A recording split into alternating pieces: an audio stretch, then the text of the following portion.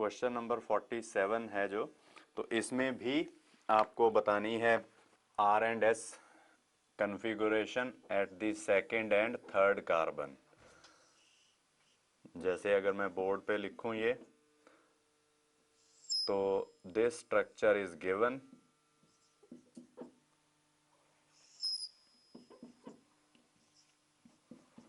ये, और नंबरिंग भी कर रखी है 1 2 3 और 4। तो यहाँ पे आप देख सकते हो कि सेकंड और थर्ड कार्बन एटम्स हैं कायरल, तो इन दोनों कार्बन एटम्स के अराउंड हमें आर एंड एस जो है कन्फिगुरेशन वो बताने की जरूरत है। तो अगर हम सेकंड कार्बन की तरफ देखें तो यहाँ पर इस कार्बन के साथ क्या क्या अटैच्ड है। यहाँ पर जो लोएस्ट प्रायोरिटी वाला एटम है दैट इज हाइड्रोजन, और वो है ऑन द लेफ्ट साइड। तो इसको हमें रोटेट करना पड़ेगा इन दी एंटी क्लॉकवाइज डायरेक्शन। तो ये भी मैंने आपको सिखाया था कि keeping the position at the top fixed, rotate the molecule in the anti clockwise direction.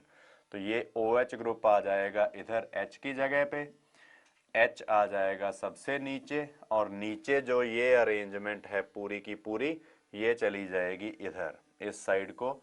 तो दिस इज CH, इसके साथ है एक OH और एक COOH। तो ये सिचुएशन बनेगी। अब आपको इसमें प्रायोरिटीज असाइन करनी होंगी। ऑक्सीजन का एटॉमिक नंबर है हाईएस्ट, तो इसकी प्रायोरिटी तो नंबर 1 होगी। फिर COOH और CHOH और COOH, इन दोनों एटम्स और ग्रुप्स में हायर प्रायोरिटी किसकी होगी? कार्बोक्सिलिक ग्रुप जो है इसके बारे में आप जानते हो कि कार्बन के आगे कौन अटैच्ड है? एक ऑक्सीजन है सिंगल बॉन्ड से और एक ऑक्सीजन है डबल बॉन्ड से, which will be equal to 2 oxygens. जबकि इस कार्बन के ऊपर आप देख सकते हो एक हाइड्रोजन है, एक OH ग्रुप वाली ऑक्सीजन और एक COOH ग्रुप वाला कार्बन। तो इसका मतलब जो कार्बोक्सिलिक ग्रुप है that will have higher priority than this, तो इसका नंबर होगा 3। तो अब हमें अपनी आई को रोटेट करना है in the decreasing order of priorities 1 2 3। तो आप देख सकते हो the I rotates in the clockwise direction. अगर आई क्लॉकवाइज डायरेक्शन में रोटेट करे देन इट इज आर। तो सेकंड कायरल कार्बन पे पोजीशन सिचुएशन बनती है आर, तो इसको हम लिख सकते हैं 2R। इसी तरह से थर्ड कार्बन के ऊपर भी हमें आइडेंटिफाई करनी होगी कि कैसी अरेंजमेंट है। तो उसके लिए आप देख सकते हो कि यहाँ पे एटम और group of lowest priority that is hydrogen is on the right side. तो keeping the position at the top fixed, we have to rotate the molecule in the clockwise direction. तो जो टॉप पे है carbon के साथ एक hydrogen, एक OH group और एक COOH ग्रुप अटैच्ड हैं, ये मैंने ऐसे लिख लिए। अब इस मॉलिक्यूल को सॉरी, यहाँ पे थर्ड कार्बन पे इस कार्बन के अराउंड हमें मॉलिक्यूल को रोटेट करना है इन दी क्लॉकवाइज डायरेक्शन। तो H आ जाएगा बिल्कुल नीचे, ये वाला OH ग्रुप चला जाएगा ऑन दी राइट साइड, और COOH ग्रुप जो है वो आ जाएगा यहाँ पे। फिर से इनको प्रायोरिटीज असाइन करेंगे अब, तो बिल्कुल पहले केस के जैसे ही प्रायोरिटी के नंबर्स होंगे ये 1 2 एंड 3। तो अब 1 2 3 अगर हम रोटेट करें तो I rotates again in the clockwise direction. तो दिस मीन्स कि थर्ड कार्बन पे सिचुएशन भी आर ही है। तो 2R 3R या RR that is given in the option number A। तो A ऑप्शन में सेकंड और थर्ड दोनों कार्बन पे कन्फिगुरेशन बनती है R। तो यही इसकी करेक्ट आंसर है। फिर 48th क्वेश्चन है, ऑफ द 5 आइसोमेरिक हेक्सेन्स, हेक्सेन है 6 कार्बन वाला एल्केन, तो उसके जो 5 आइसोमर्स बनते हैं, the isomer which can give 2 monochlorinated products. तो यहां पर मैं आपको हेक्सेन के आइसोमर्स ही बनाकर एक्सप्लेन करता हूं इस क्वेश्चन की का आंसर। तो दिस इज नॉर्मल हेक्सेन और स्ट्रेट चेन हेक्सेन। अब इसमें आइसोमर्स कौन कौन से बनेंगे? एक मिथाइल ग्रुप लगा दिया मैंने, ये बना। फिर नेक्स्ट आइसोमर इसका बनेगा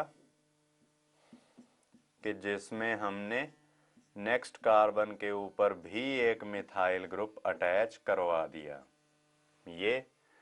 और फिर इसके बाद एक ही कार्बन के ऊपर हम दोनों मिथाइल ग्रुप्स को अगर अटैच करवा दें,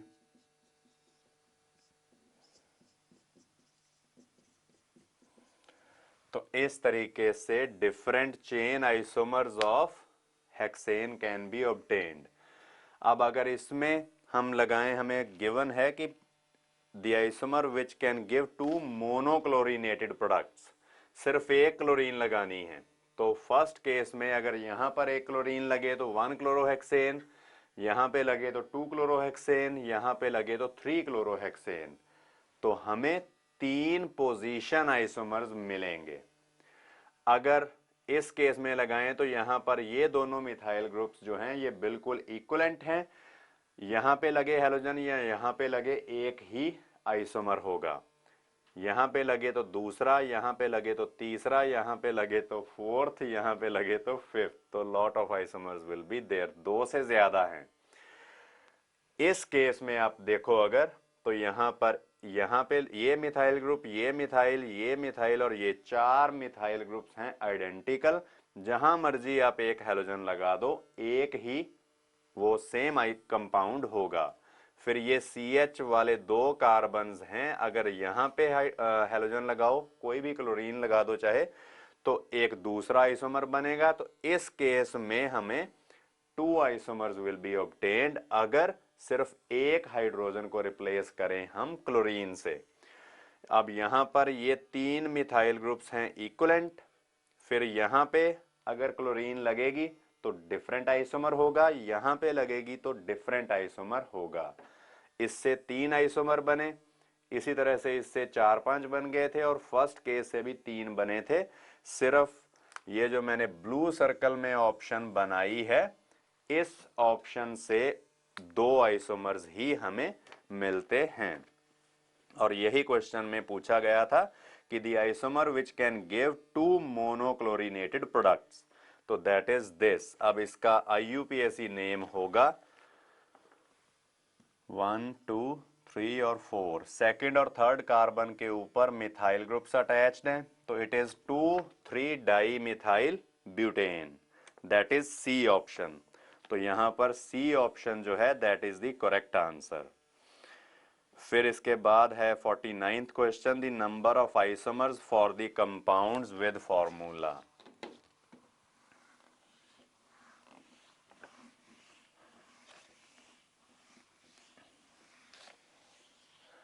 तो आपने देखा था कि स्टीरियो आइसोमर्स काउंट करते टाइम तो हमारे पास सीधा फॉर्मूला होता है, पर स्ट्रक्चरल आइसोमर्स में ऐसे फॉर्मूलाज नहीं होते। हमें मॉलिक्यूलर फॉर्मूला गिवन है C2Br और I, मतलब डबल बॉन्डेड कार्बन के साथ फ्लोरीन, क्लोरीन, ब्रोमीन और आयोडीन, चारों ही एटम्स अटैच्ड हैं। इससे हमें कितने आइसोमर्स जो हैं वो मिलेंगे। यहां पर आप देखो फ्लोरीन और ब्रोमीन है on the same side of the double bond,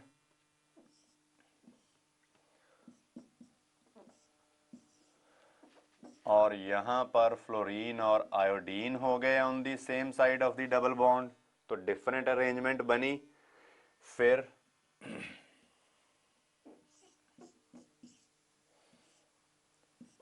अगर फ्लोरीन के साथ ब्रोमीन इधर कर दी जाए, पहले फ्लोरीन और क्लोरीन थे एक ही कार्बन के साथ अटैच्ड, अब फ्लोरीन और ब्रोमीन है, क्लोरीन इधर और आयोडीन इधर।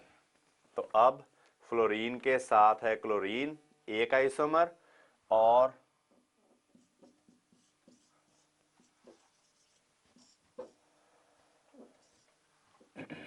फ्लोरीन के साथ आयोडीन कर दी तो ये दूसरा आइसोमर बना। तो इस तरह से फिर हम फ्लोरीन के साथ लगाकर देखेंगे आयोडीन, तो उस केस में भी 2 आइसोमर्स बनेंगे। 4 यहां पर बन चुके हैं, 2 और बन जाएंगे। तो इस तरह से टोटल हमें 6 आइसोमर्स जो है वो मिलेंगे। तो 49th क्वेश्चन में the correct option is D. फिर लास्ट क्वेश्चन बचता है 50th क्वेश्चन। तो इसमें एल्डिहाइड में HCN हाइड्रोसियानिक एसिड का अटैक दिखाया गया है। तो it is a nucleophilic attack.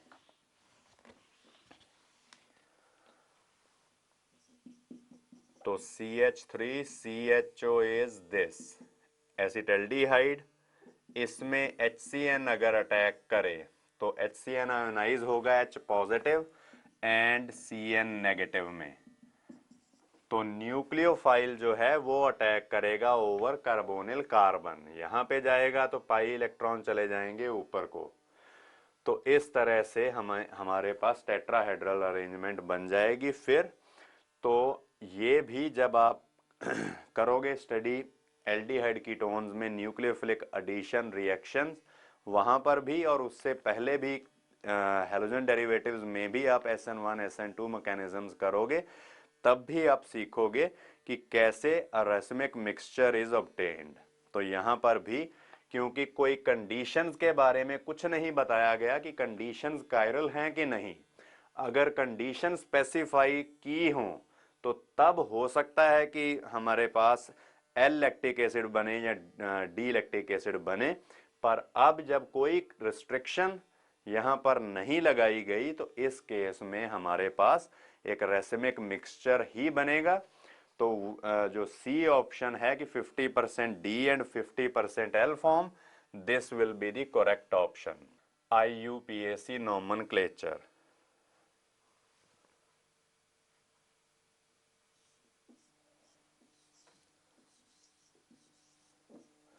We can say कि दुनिया में more than a million organic compounds are known. अब अगर इतने ऑर्गेनिक कंपाउंड्स ज्यादा नोन हैं तो अगर हर एक का हम डिफरेंट तरीके से नेम रखें तो उनको आइडेंटिफाई करना ही हमारे लिए पॉसिबल नहीं रहेगा। तो इसीलिए ही जो है एक सिस्टेमैटिक वे इनकी नेमिंग के लिए रखा गया, that is called IUPAC nomenclature. IUPAC मतलब international union of pure and applied chemistry. उन्होंने बैठकर एक सेट ऑफ रूल्स दिए जिसके अकॉर्डिंगली हम जो भी ऑर्गेनिक कंपाउंड्स हैं उनकी नेमिंग करते हैं। तो इस तरीके से जो भी नेम हम लिखेंगे या जो भी नेम हम पढ़े उसी से ही, उसके नाम से ही हमें बहुत ज़्यादा आइडिया मिल जाता है उसी कंपाउंड के बारे में। और जब आप थोड़ी ऑर्गेनिक केमिस्ट्री और स्टडी करोगे तो हम ये भी कह पाएंगे कि इसकी जो प्रॉपर्टीज़ हैं वो भी कैसी कैसी हैं। तो इस तरीके से IUPAC नोमेनक्लेचर हमारे लिए बहुत ज़्यादा हेल्पफुल होता है for identification of the compound as well as its properties. तो IUPAC नोमेनक्लेचर करते टाइम सबसे पहले जो ध्यान रखा जाएगा वो किस चीज़ के ऊपर, कुछ हम करेंगे सेट ऑफ रूल्स जिसमें आप लिख सकते हो सबसे पहले सिलेक्शन ऑफ पेरेंट चेन।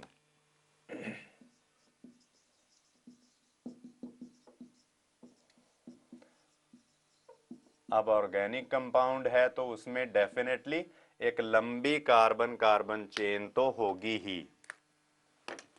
तो उस कार्बन कार्बन चेन में अगर एक से ज्यादा चेन्स भी बन रही हैं तो हमें सिलेक्ट करनी होती है पेरेंट चेन की पेरेंट चेन जो है वो उसमें कौन सी है। तो इसमें आप लिख सकते हो the longest continuous chain, the longest continuous chain of carbon atoms is selected as the parent chain। अब चेन जो है वो लॉन्गेस्ट होनी चाहिए और कॉन्टिन्यूस होनी चाहिए। जैसे मैं आपको बताऊं कि अगर चेन में कहीं भी कोई हेट्रो एटम आ गया, यानी कि कोई भी और एटम आ गया, तो जो पेरेंट चेन है वो वहीं पे स्टॉप हो जाएगी। यहां पर हम ये नहीं कहेंगे कि पेरेंट चेन में 6 कार्बन्स हैं, यहां पर पेरेंट चेन में सिर्फ 3 कार्बन्स तक ही रखेंगे चेन को। इसके आगे कोई और एटम आ गया तो वो कार्बन कार्बन चेन कॉन्टिन्यूअस नहीं रही। तो the longest continuous chain of carbon atoms will be selected as the parent chain। इसके बाद आप और भी लिख सकते हो, it may be straight, it may not be straight। ये जरूरी नहीं है कि हमेशा स्ट्रेट ही हो, लॉन्गेस्ट होनी चाहिए और कॉन्टिन्यूअस होनी चाहिए। फॉर एग्जाम्पल अगर ऑर्गेनिक कंपाउंड में कहीं ये सिचुएशन बन जाए तो आप देख सकते हो कि स्ट्रेट चेन में तो सिर्फ 4 कार्बन्स ही हैं, पर अगर आप देखो इधर को जाएं, अगर हम ये वाली चेन देखें तो इस चेन में आप देख सकते हो कि 3, 4, 5, 6 और 7 कार्बन एटम्स हैं। और अगर 7 कार्बन एटम्स हैं तो ये लॉन्गेस्ट हुई, लॉन्गेस्ट है और कॉन्टिन्यूअस भी है, कार्बन के अलावा कोई और एटम नहीं है। तो इसलिए this will be the parent chain, that is the longest continuous chain of carbon atoms. अब जैसे यहां पर ये 2 कार्बन जो हैं ये पेरेंट चेन से बाहर रह गए, तो इसके बारे में हम क्या लिखेंगे? तो आप लिख सकते हो द एटम्स और groups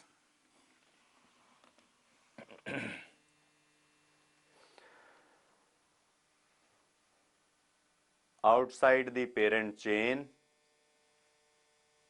are called substituents, are called substituents। अब ये substituents हैं, ये क्या हैं? substituents आप आगे ब्रैकेट में लिख सकते हो, that is side chain, double bond, side chain, multiple bond, side chain, multiple bond, multiple bond में डबल और ट्रिपल दोनों आएंगे, और फंक्शनल ग्रुप कुछ भी हो सकता है जो सब्स्टिट्यूएंट है। डबल बॉन्ड या ट्रिपल बॉन्ड तो नॉर्मली पेरेंट चेन में ही होगा, पर इसको भी हम एज ए सब्स्टिट्यूएंट ही कंसिडर करते हैं। तो इस तरीके से हम इनकी नेमिंग शुरू करेंगे। फिर नेक्स्ट पॉइंट आप लिख सकते हो, prefixes are used for alkyl side chains, और प्रीफिक्स उनके लिए कौन सा? That is elk, alkyl. इसमें एल्क है वर्ड रूट जो आप पेरेंट चेन के लिए भी यूज करोगे, और ये वर्ड रूट्स क्या होंगे ये भी आप स्टडी करते हो, इवन 10th क्लास से ही शुरू हो जाता है। तो नंबर ऑफ कार्बन एटम्स, इसके बाद मैं लिख रहा हूं वर्ड रूट। अगर नंबर ऑफ कार्बन एटम है सिर्फ एक तो word root is meth, 2 carbon हो तो इथ, 3 के लिए प्रॉप, 4 के लिए ब्यूट, 5 के लिए पेंट। इसी तरीके से अगर 6 कार्बन हो जाएं तो word root is hex, 7 carbon के लिए word root is hept, 8 carbon के लिए होगा ऑक्ट, 9 कार्बन एटम हैं तो नॉन, 10 कार्बन एटम्स हैं तो डेक, 11 कार्बन एटम हैं तो अनडेक, 12 कार्बन एटम्स हैं अगर तो डोडेक। इस तरह से वर्ड रूट्स जो हैं ये हमें different number of carbon atoms के अकॉर्डिंगली स्पेसिफाई करने की जरूरत पड़ती है। तो इन्हीं वर्ड रूट्स के अकॉर्डिंगली हम ऑर्गेनिक कंपाउंड का नाम और जो भी है वो parent chain as well as side chain दोनों को ही हम रिप्रेजेंट कर सकते हैं। जैसे फॉर एग्जांपल मैं सबसे सिंपल एग्जांपल लेता हूं ये वाली, commonly it is called isobutane.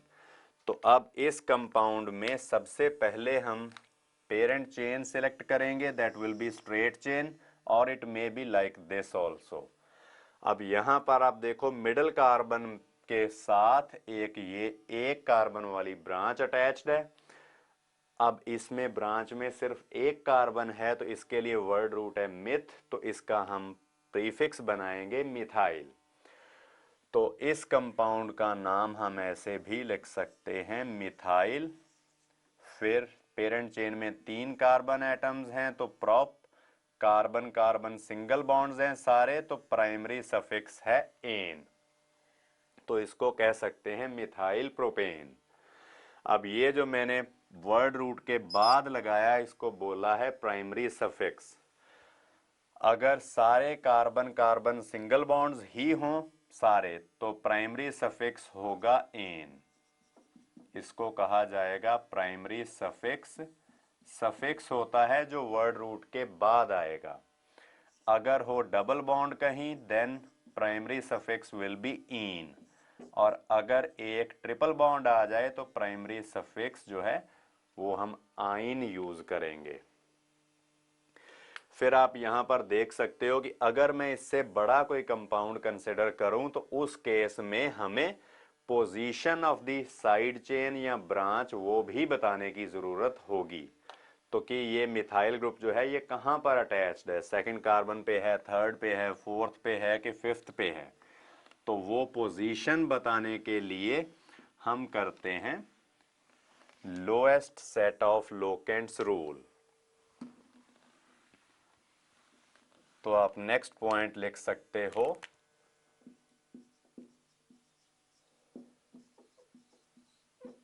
Lowest set of locants rule. अब ये लोकेंट्स क्या हैं, तो लोकेंट भी आप लिख सकते हो the number of carbon atom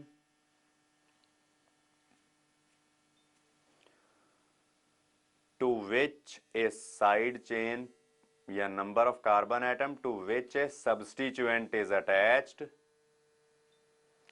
is called locant for that substituent। तो lowest set of locants rule जो है ये क्या है, तो सबसे पहले नंबरिंग कैसे करनी है, यहां पर आप देख सकते हो ये मिथाइल ग्रुप मैंने लगाया थर्ड कार्बन के ऊपर, और इधर भी एक मिथाइल ग्रुप लगा दिया। तो अब इस कंपाउंड में अगर आपको नंबरिंग करने देखनी हो, तो यहाँ पे तो no doubt straight chain will be taken as the parent chain. अगर मैं नंबरिंग करूं फ्रॉम लेफ्ट टू राइट, तो एक ब्रांच है ये जिनको मैं गोले से दिखा रहा हूं, तो इसके लिए लोकेंट है 3, और इस ब्रांच के लिए लोकेंट है 4। अगर नंबरिंग की जाए फ्रॉम राइट टू लेफ्ट, तो इधर से 1 2 3 4 और 5, इस ब्रांच के लिए लोकेंट है 2, और इस ब्रांच के लिए लोकेंट है 3। तो lowest set of locants rule के अकॉर्डिंगली हम पहले पहला सेट कंपेयर करेंगे। इसमें एक है नंबर 3 और एक है नंबर 2, 2 नंबर छोटा है, जो भी नंबर स्मॉलर होगा वो वाली नंबरिंग हम कहेंगे करेक्ट है, और दूसरी नंबरिंग गलत है। तो जैसे इस केस में जो मैंने ब्लू केस कलर से नंबरिंग कर रखी है वो है गलत, और जो ब्लैक पेन से नंबरिंग करी है दैट इज करेक्ट। तो ये वाली नंबरिंग है ठीक। तो lowest set of locants rule के अकॉर्डिंगली हम ऐसे ही नंबरिंग करते हैं। सबसे पहले पहला सेट कंपेयर करेंगे, अगर ये सेम हो तो फिर नेक्स्ट सेट कंपेयर करेंगे, अगर वो भी सेम हुआ फिर उससे अगला। तो इसी तरह से हम जो है सेट ऑफ लोकेंट्स कंपेयर करते हैं। अब जैसे मैंने जो कंपाउंड अभी लिखा था उसमें 2 मिथाइल ग्रुप्स थे, तो उनको हम कैसे लिखेंगे, नाम में कैसे स्पेसिफाई करेंगे कि 2 सेम साइड चेन्स हैं। तो उसके लिए हम यहाँ पर बता सकते हैं the numerical prefixes di, tri, tetra, etc. are used for 2, 3, 4 etc. Branches.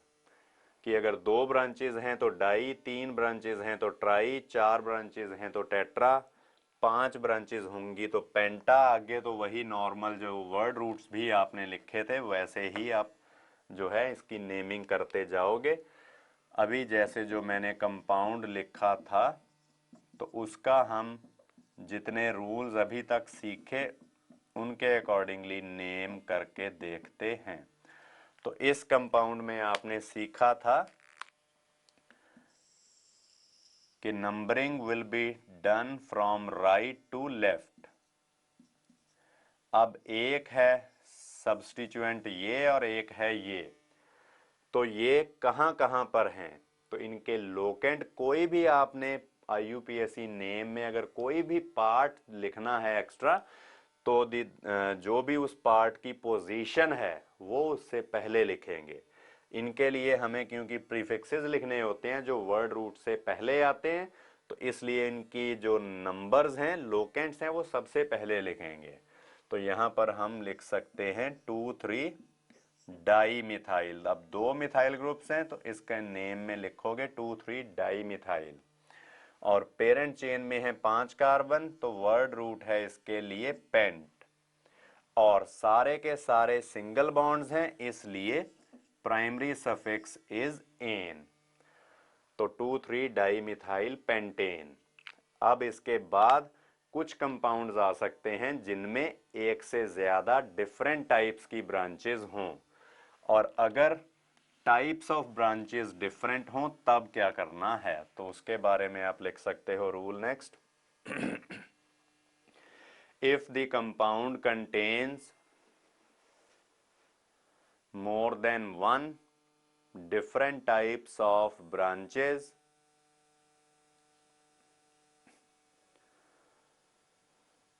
the prefixes for them are written in alphabetical order। तो यहां पे जब नंबरिंग करनी है तो वो तो हमें lowest set of locants rule के अकॉर्डिंगली ही करनी है।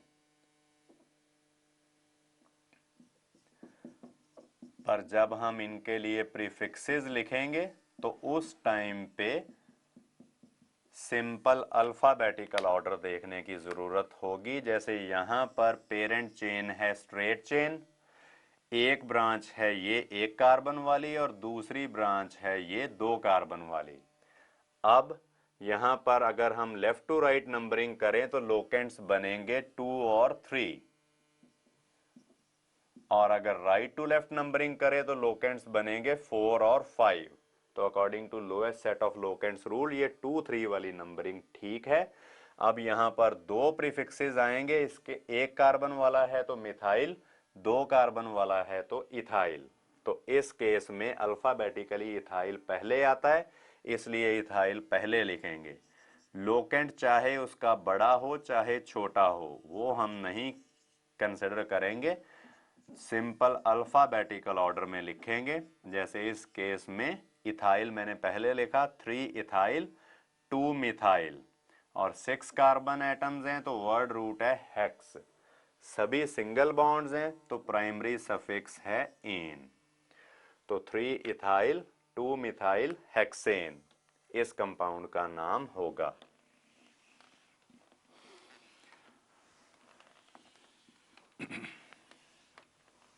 फिर इसके बाद आप लिख सकते हो नेक्स्ट जो रूल है, rule of maximum branches.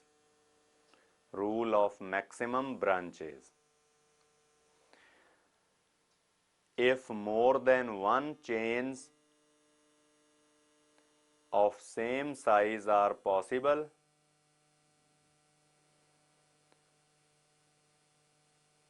then the chain having greater number of branches is selected as the parent chain. If more than one chains of same size are possible, then the chain having greater number of branches is selected as the parent chain.